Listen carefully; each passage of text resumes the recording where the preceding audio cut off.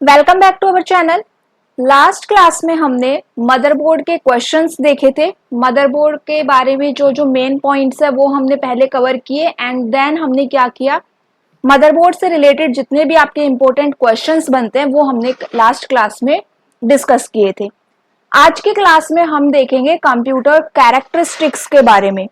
Computer characteristics देखो काफी easy सा टॉपिक है, आपको पता भी होगा कि कंप्यूटर के क्या बेसिक कैरेक्टरिस्टिक्स होते हैं, लेकिन अगर आपने प्रीवियस ईयर क्वेश्चंस पेपर देखे हैं तो वहां पे आपने देखा होगा कि हर बार एक क्वेश्चन क्या आता है, आपका कैरेक्टरिस्टिक्स से आता है। 1 मार्क के लिए आपकी क्या है ये 10 to 15 मिनट की क्लास रहेगी एंड इस क्लास में हम क्या देखेंगे कि जो कैरेक्टरिस्टिक्स बार बार पूछे जाते हैं कैसे वो घुमा फिरा के पूछ सकता है एंड वो सारे हम क्या करेंगे यहाँ पे कवर करेंगे। एंड इजी सा क्या है आपका ये टॉपिक है। तो यहाँ पे चलिए देखते हैं कंप्यूटर कैरेक्टरिस्टिक्स के बारे में। कैरेक्टरिस्टिक्स स्टार्ट करने से पहले हम क्या देख लेते हैं, कंप्यूटर की एक बेसिक डेफिनेशन हम यहाँ पे देख लेते हैं कि कंप्यूटर एक्चुअली में क्या होता है। तो यहाँ पे देखिए, Computer is a fast electronic calculating machine that accepts digitized information from the user, process it according to a sequence of instructions stored in the memory and provides the processed information to the user.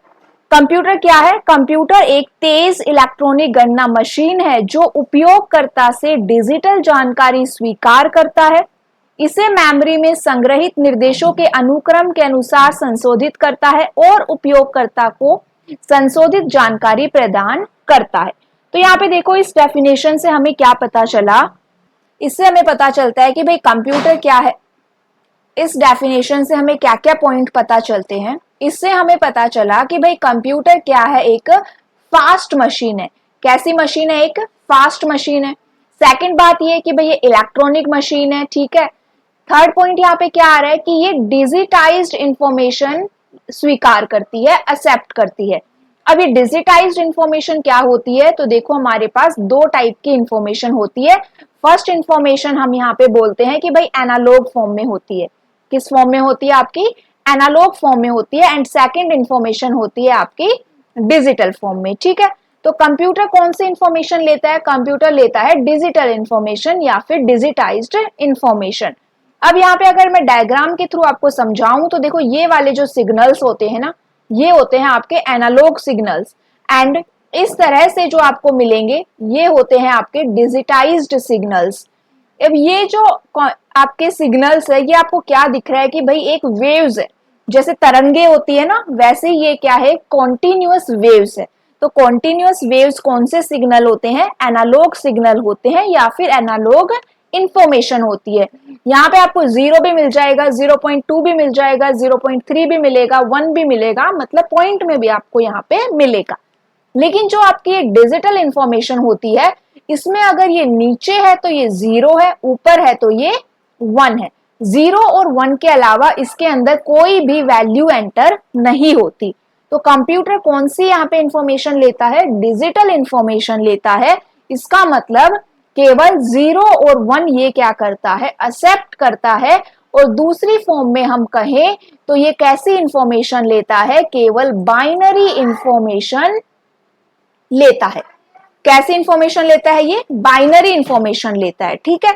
तो अगर हमसे पूछा जाए, question आ जाए exam में कि भाई computer किस टाइप की इंफॉर्मेशन एक्सेप्ट करता है या फिर कंप्यूटर किस टाइप की इंफॉर्मेशन पर काम करता है, ऑप्शन में अगर डिजिटल ना हो एंड बाइनरी गिवन है तो आंसर क्या होगा?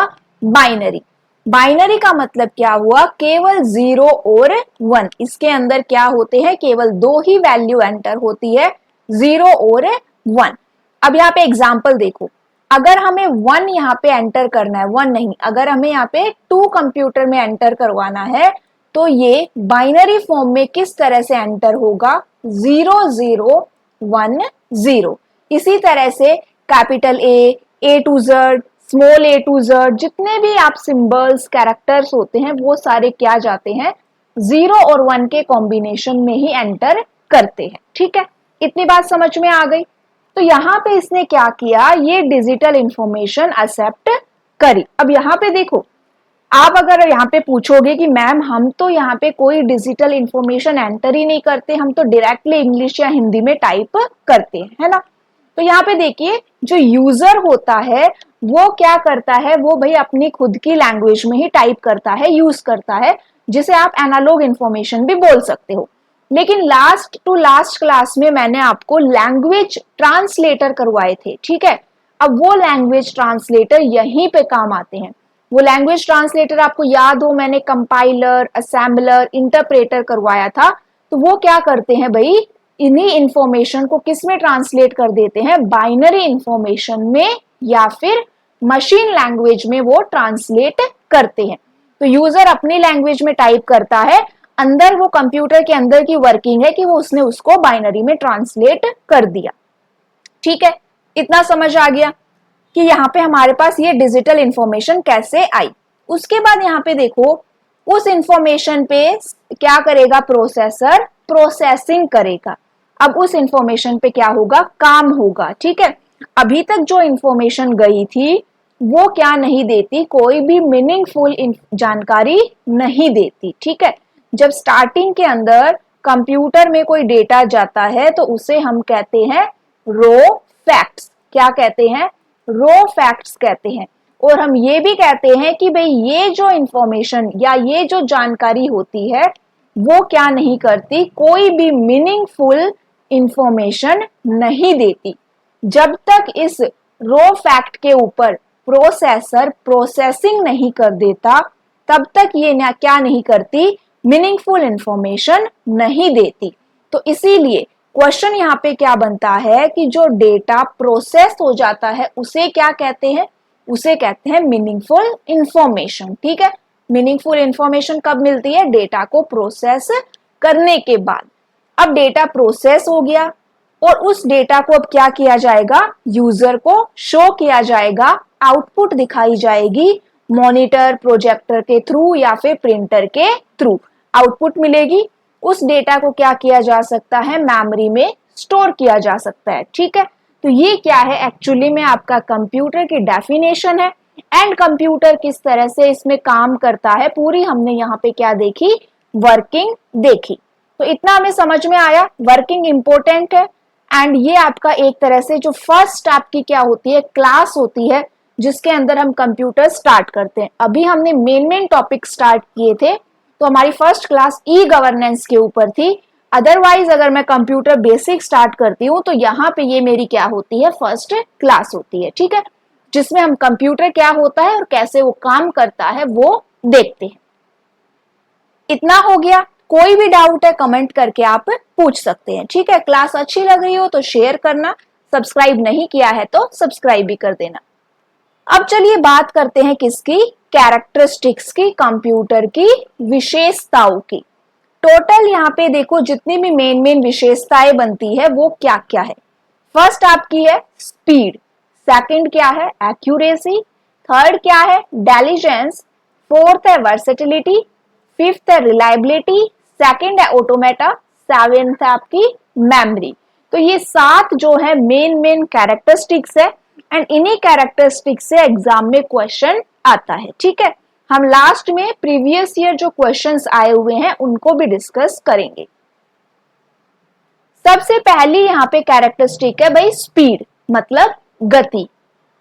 अब यहाँ पे देखो, एक बार आप इसकी रीडिंग भी ले सकते हो, इंग्लिश एंड हिंदी, यहाँ पे दोनों वर्जन आपको मिलेंगे।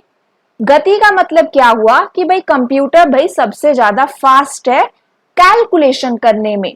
अब इतना तो हम सबको पता है कि भाई कंप्यूटर की गति क्या है, फास्ट होती है। कंप्यूटर क्या होता है, फास्ट होता है। ये 1 सेकंड में मिलियंस इंस्ट्रक्शन क्या कर सकता है, परफॉर्म कर सकता है। ठीक है, तो ये क्या हो गई, गति हो गई। यहाँ पे देखिए, time taken by computer for their operation is microsecond और नैनो सेकंड। मतलब यहाँ पे सेकंड में भी क्या आ गया, माइक्रोसेकंड और नैनो सेकंड।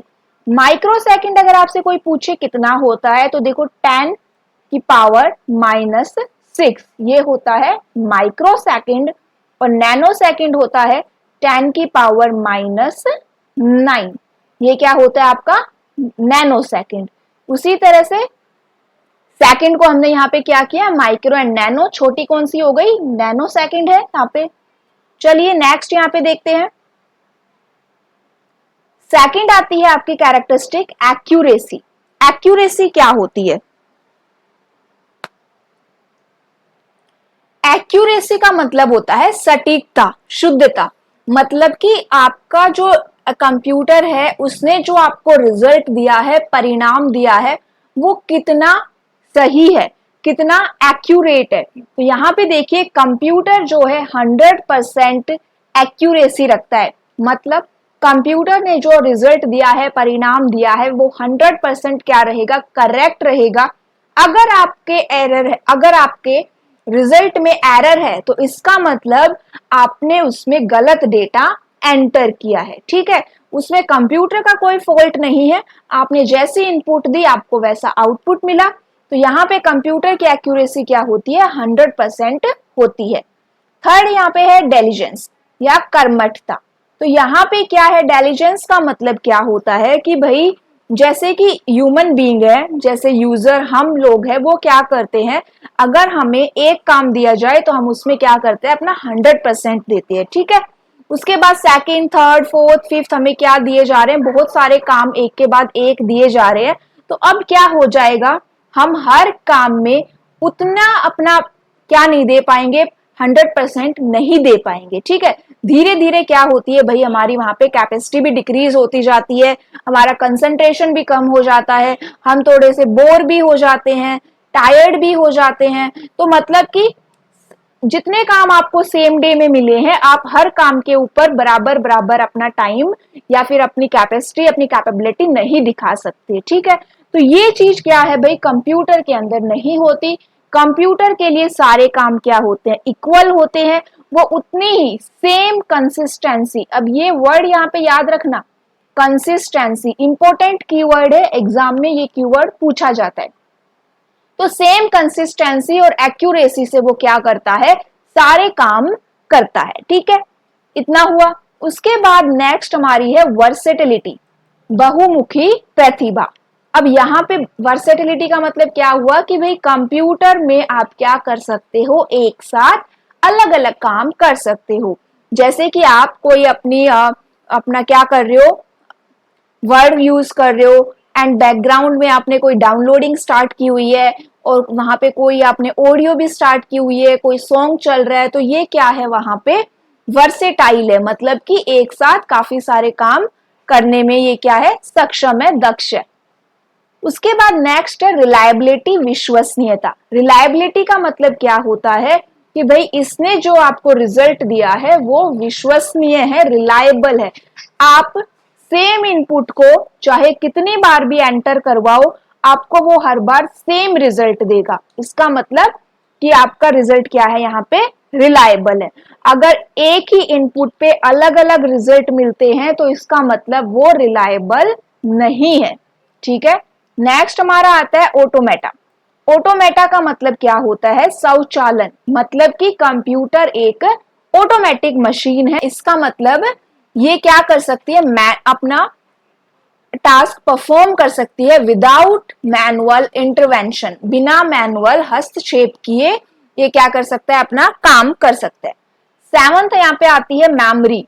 अब यहाँ पे देखो मेमोरी क्या है भाई, कंप्यूटर की मेमोरी क्या होती है, बहुत सारी कंप्यूटर में क्या होती है, मेमोरी होती है। जैसे कि हम नेक्स्ट हमारा जो टॉपिक रहेगा हम डिस्कस भी करेंगे मेमोरी के बारे में, कि कंप्यूटर में क्या होती है, बिल्ट इन मेमोरी होती है। एंड उस बिल्ट इन मेमोरी को क्या कहते हैं, प्राइमरी मेमोरी कहते हैं, जहां पे डेटा को स्टोर किया जाता है। और एक सेकेंडरी मेमोरी भी होती है, जैसे कि सीडी, डीवीडी, ये क्या है, आपकी सेकेंडरी मेमोरी होती है। तो यहाँ पे मेमोरी में क्या हो गया, प्राइमरी मेमोरी है, सेकेंडरी मेमोरी है। इस डेटा को आप क्या कर सकते हो, दोबारा से रीयूज कर सकते हो। तो ये क्या है, यहाँ पे मेमोरी है।